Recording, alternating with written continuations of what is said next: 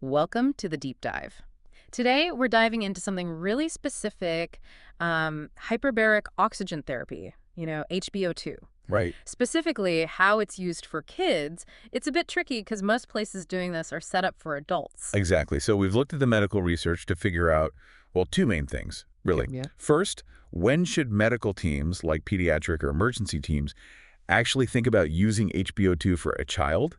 What are the actual indications? Right, the when. And second, what special care do kids need when they are treated in these adult-focused hyperbaric centers? Yeah, that's crucial. And we should say up front, the research specifically on kids and HbO2, it's not as extensive as for adults. That's a really important point. A lot of what we know comes from, well, observing kids during therapy or carefully applying what we've learned from adult studies. Makes sense. I mean, doing big randomized trials on kids, especially when they're critically ill, it's just really difficult, ethically and practically. Absolutely. And because of that, you might see reports, maybe case studies, where HBO2 was used for different childhood conditions, sometimes with good outcomes. But we need to be careful interpreting those. We do.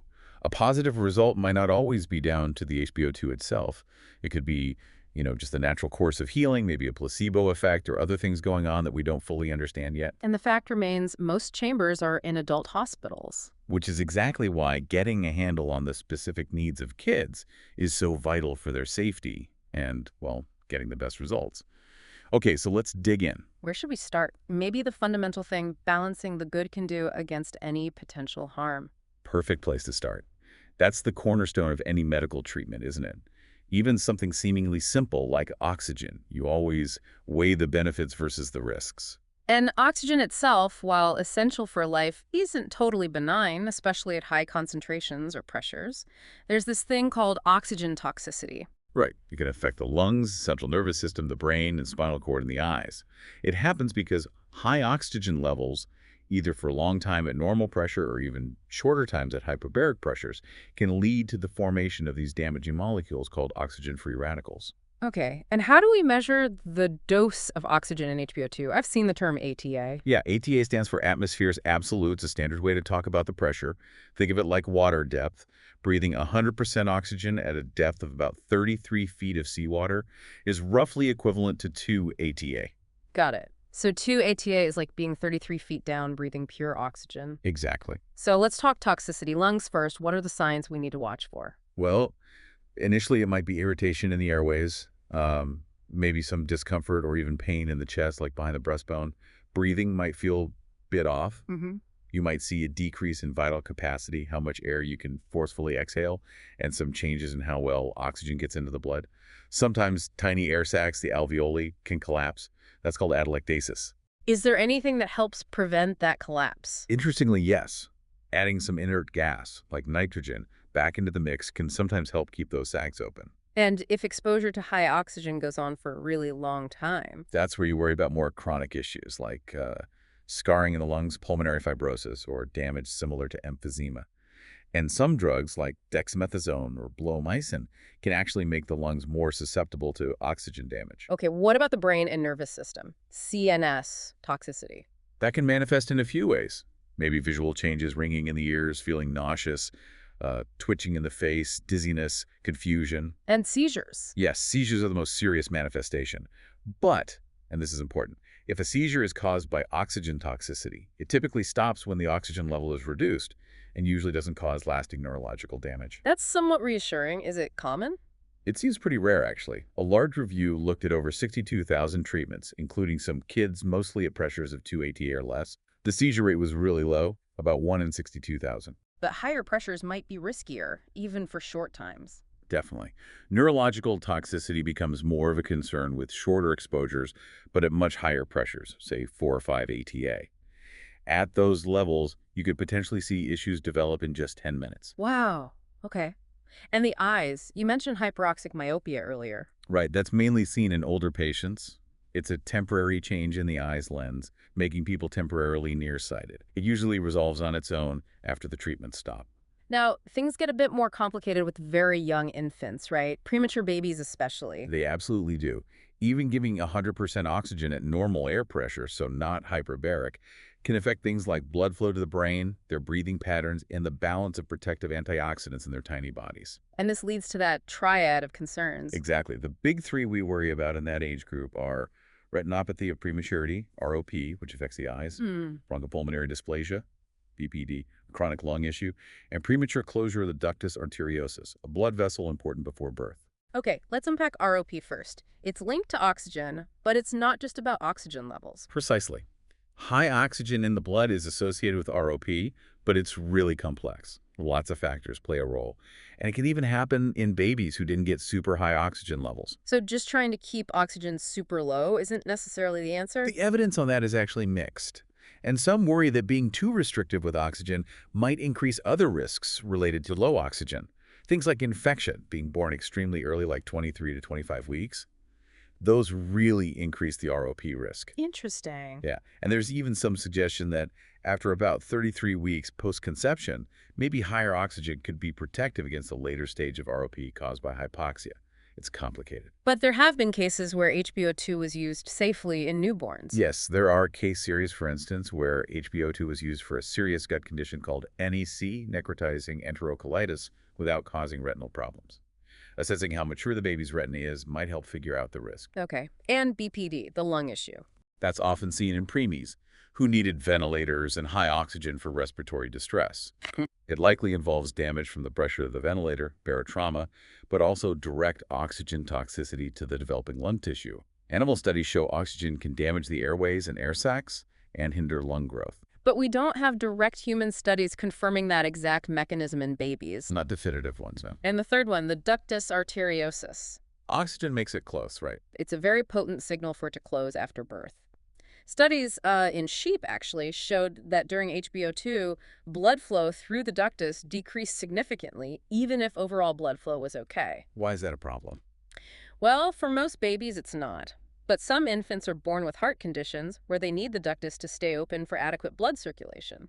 We call these ductal-dependent lesions. Ah, so giving them high oxygen could cause it to close. Exactly. It could constrict suddenly and cause a dangerous drop in cardiac output. That's why a careful check physical exam, chest x-ray, maybe an echo is vital before HBO2 in any infant to rule out that dependency. Makes sense. So those are key risks in newborns. What about older kids? Toddlers, school-age children. Their risks start to look more like adult risks. Yeah. There was a long study over 20 years following kids getting hyperbaric oxygen. The overall side effect rate was low, about 1.7%, similar to adults. What was the most common issue? Middle ear barotrauma, trouble equalizing pressure in the ears. It's actually a bit more common in the 11 to 16-year-olds. And CNS toxicity.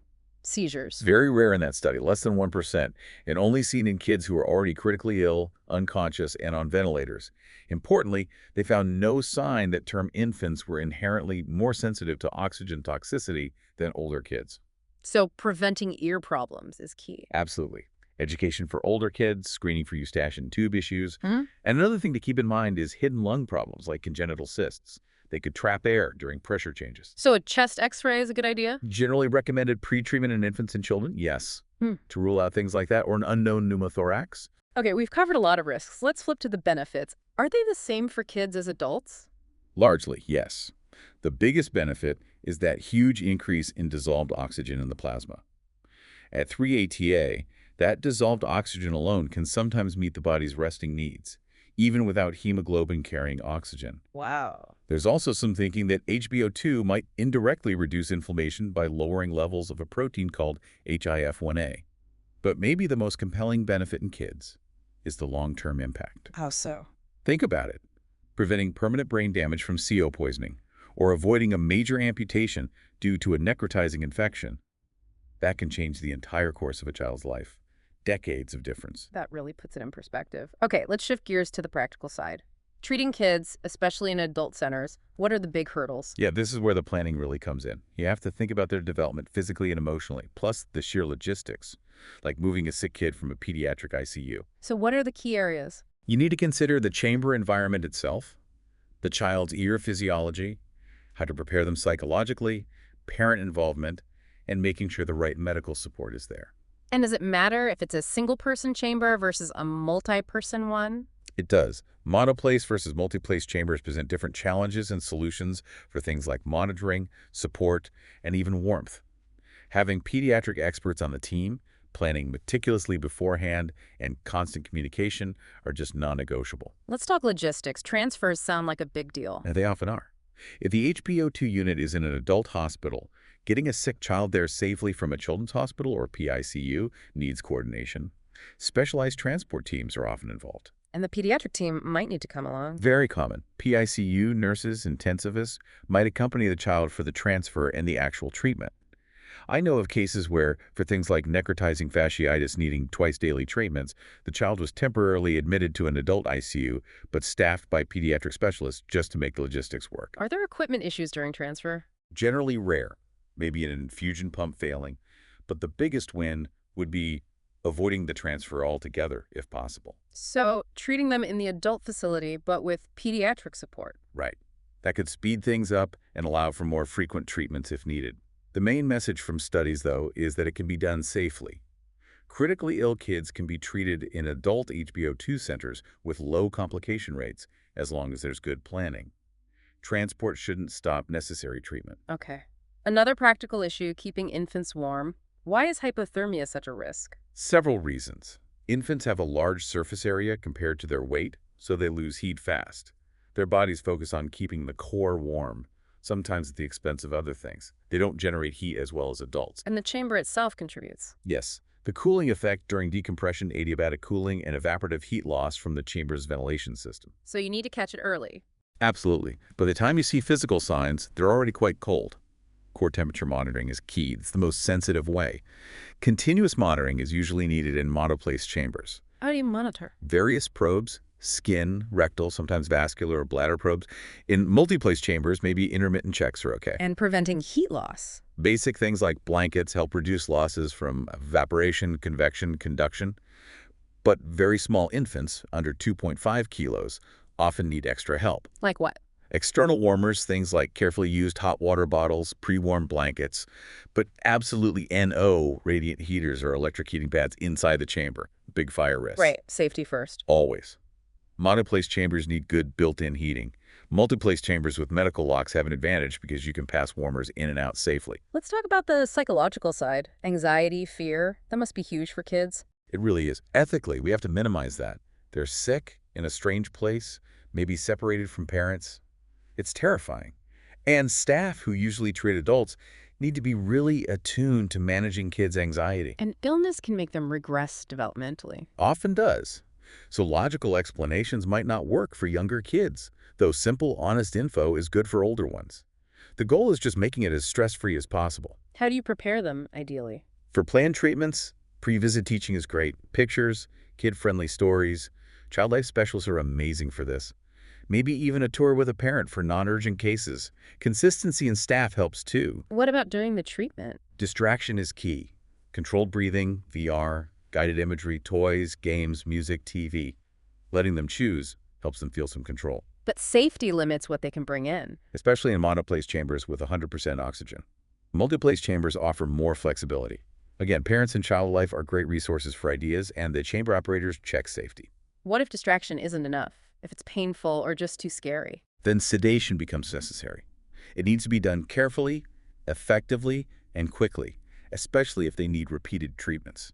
Are there specific guidelines? Yes, the American Academy of Pediatrics has guidelines for sedation, especially when non-anesthesiologists or non-pediatric providers are involved.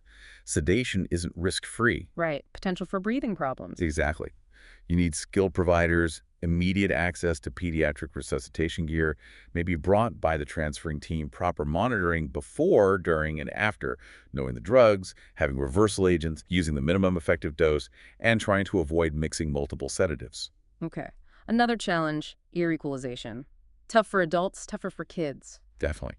They might not understand why or how to do it. Plus, eustache and tube dysfunction is just way more common in kids. Can they learn the maneuvers like Valsalva?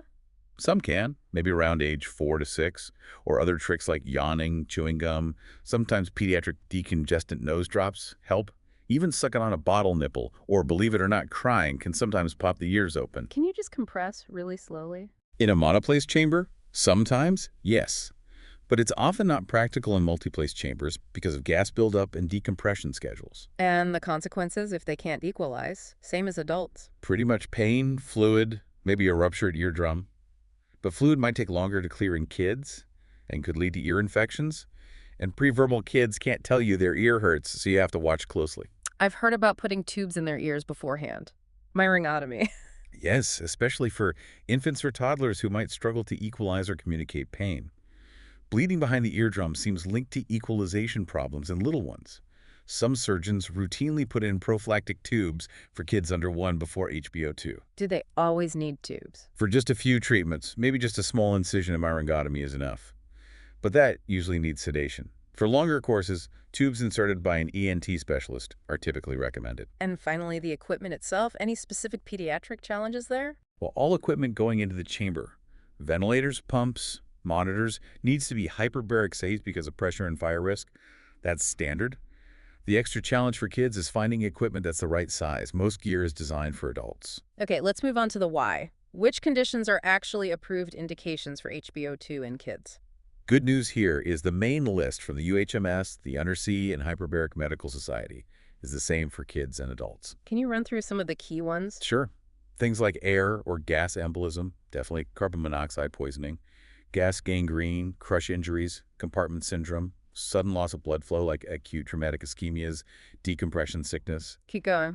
arterial insufficiencies, severe anemia, brain abscesses, those nasty necrotizing soft tissue infections, stubborn bone infections, refractory osteomyelitis, injuries from radiation therapy, helping troubled skin grafts or flaps survive, severe burns, and that sudden hearing loss condition. So that's the approved list. We'll touch on some experimental uses too. Yes, but first, maybe the definite no's, the absolute contraindications. Good idea. When should it absolutely not be used? Untreated pneumothorax, a collapsed lung, is the big one, and certain chemo drugs.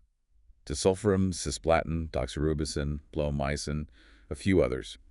Using HBO2 with those is a no-go. And then there are relative contraindications, situations needing extra caution. Right. Things like asthma, severe claustrophobia, a specific blood disorder called congenital spherocytosis, known eustachian tube problems, high fever, pacemakers or implanted pumps, pregnancy, history of seizures, active chest infections. Some also list active cancer or active viral infections as reasons for caution. Okay, let's talk about some critical illnesses where it is recommended. CO poisoning comes up a lot. It's a major one. Okay. The HMS strongly recommends it, especially if there's also cyanide involved, like from smoke inhalation. And the data shows it helps kids. About 18% of people getting HBO2 for CO poisoning in the U.S. were actually under 18. What else in the acute setting? Definitely bubble injuries, decompression sickness, arterial gas embolism, also acute arterial blockages and severe infections. And as mentioned, sudden hearing loss was added in 2011, and there are reports of it working in kids. HBO2 seems important for wound healing too, particularly with nasty infections. It really is. It works in multiple ways, gets oxygen to starved tissues, stops bacteria from making toxins, helps white blood cells fight infection, makes some antibiotics work better, reduces swelling, and encourages new blood vessel growth. So for things like gas gangrene or necrotizing fasciitis? Yes, lots of case reports show it's a valuable addition to surgery and antibiotics. The pediatric evidence for this is growing. There was a study showing combining surgery, HBO2, and a growth factor helped kids with cancer who got necrotizing fasciitis while neutropenic. Early surgery and antibiotics are still key, but HBO2 is a powerful adjunct. Any other wound-related uses? Potential benefit in conditions like purpura fulminans may be helping resolve ischemia-reperfusion injury. Some promise, mostly from adult data though, for treating hemorrhagic cystitis in kids. And people are even looking at using it before surgery to prevent infections. Preventing infections, like after major surgery? Yeah, one study looked at kids having complex spine surgery for scoliosis. The group that got prophylactic HBO2 had significantly fewer post-operative infections. Interesting area. Okay, now for some of the more controversial areas, autism comes up frequently. What's the story there? Right. Back in 2006, a hypothesis was proposed that HBO2 might help with supposed issues like reduced brain blood flow or inflammation in autism. A trial followed in 2009 using mild hyperbaric therapy 1.3 ATA 24% oxygen. Not standard HbO2. Correct. That was a major criticism. The study reported some statistical improvements, but it faced a lot of scrutiny because the treatment wasn't really HbO2 by the standard definition, and the outcome measures weren't clearly clinically significant. Was there a follow-up study using standard HbO2? Yes. A later randomized, blinded trial using UHMS-defined HbO2 levels found no significant clinical benefit for autism. So what's the bottom line from the experts?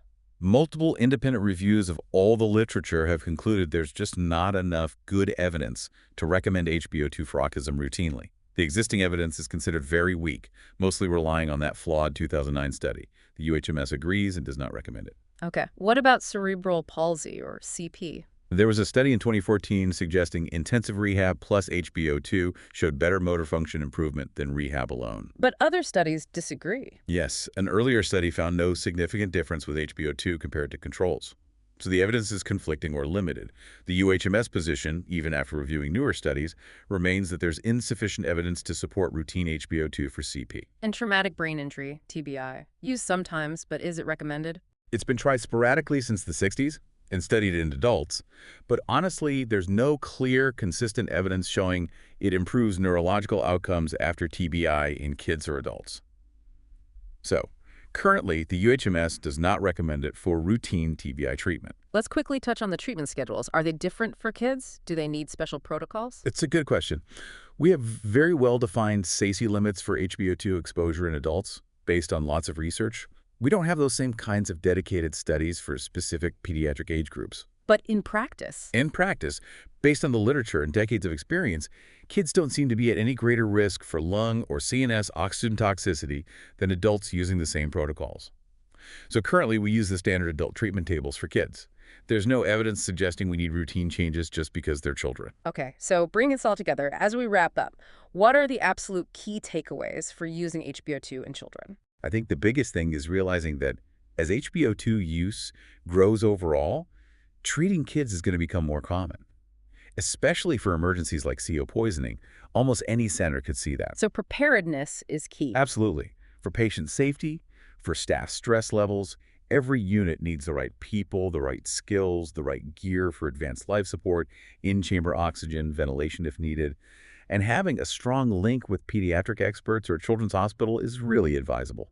So wrapping up our deep dive today, it seems clear that HbO2 definitely has potential for kids in specific situations, especially emergencies. But it's not simple. Not at all. You have to weigh the benefits against those unique pediatric risks, deal with the practical challenges, and be honest about where the high-quality evidence is still lacking for certain conditions. And collaboration with pediatric specialists sticking to established guidelines. That sounds critical. Which leads us to a final thought for you, our listeners.